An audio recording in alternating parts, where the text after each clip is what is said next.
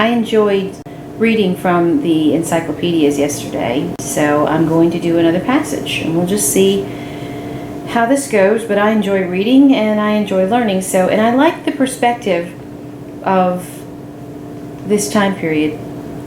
I'm reading from Funk and Wagnalls Encyclopedia. Copyright is 1956. The original copyright is 1931. The inside cover, the Universal Standard Encyclopedia, Volume 3. I want to read about bees. On the front page, it's got a great photo, a big one, of a bee, and it says, "Bee on a flower gathering nectar and pollen."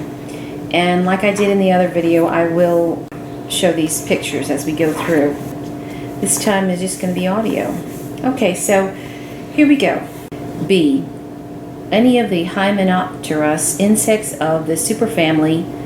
Wow, I'm probably not going to say a lot of these words correctly, but I'm not going to worry about it. I'm going to spell this one, and if you know how to pronounce it, let me know. Apoidea,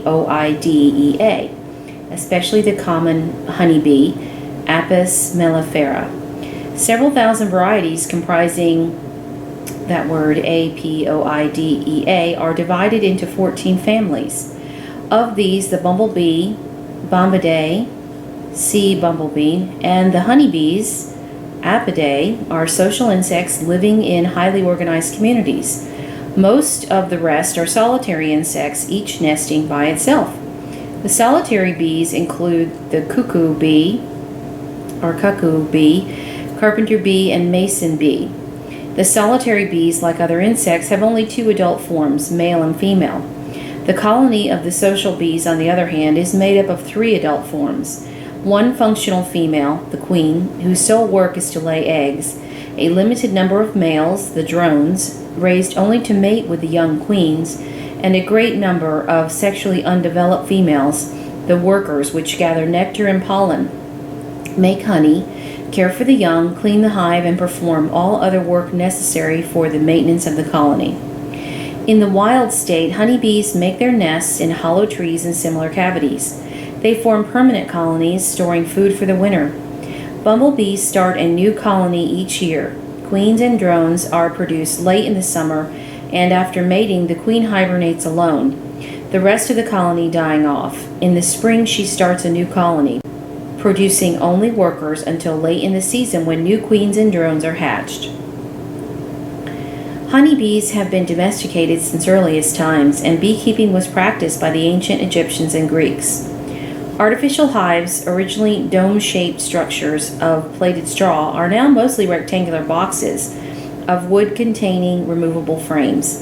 Before placing the frames in the hive, the beekeeper inserts in each frame a sheet of wax called a comb foundation, which the bees draw out to form the cells of the completed honeycomb. After the mating flight, the queen deposits an egg in each cell. Fertilized eggs produce workers or queens, dependent only on the feeding of the larva, and unfertilized eggs produce drones. The eggs hatched in approximately 3 days, and the larvae are fed by the workers for several days. Queen larvae are fed during the entire larval stage, a substance called royal jelly, which is secreted by the workers.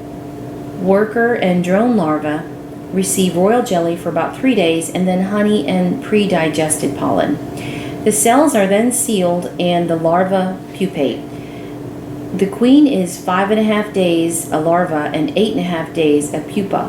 The worker 6 and 11, and the drone 6 and 15 days respectively. On the emergence of a new queen, the old queen and the older workers of the colony leave the hive in a swarm.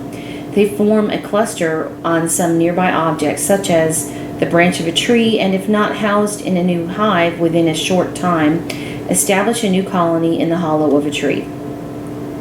If a second new queen should be hatched in the one season, the new queen leads the ensuing swarm. When the hive is deprived of its queen through accident and no queen larvae are developing, the workers produce a new queen by feeding royal jelly to a worker larva.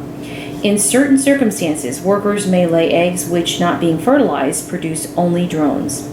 During the honey flow, the season when flowers yield an abundance of nectar, the workers manufacture and store honey in the upper parts of the comb to serve as food for the winter. In the cold weather, honeybees become sluggish and dormant, but do not actually hibernate. They feed on the stored honey and on warm sunny days may take short flights for exercise. In addition to honey, of which the U.S. produced about 23 million gallons in 1952, bee glue or propolis and beeswax are honeybee products of economic importance. Bee venom extracted from the sting glands was formerly used in medicine in the treatment of rheumatism. All types of bees are of great importance in the pollination of flowers. For example, fruit growers maintain hives of honeybees to ensure fertilization of the blossoms and the consequent good crop, and in Australia it was found necessary to introduce the bumblebee before red clover could be successfully grown there.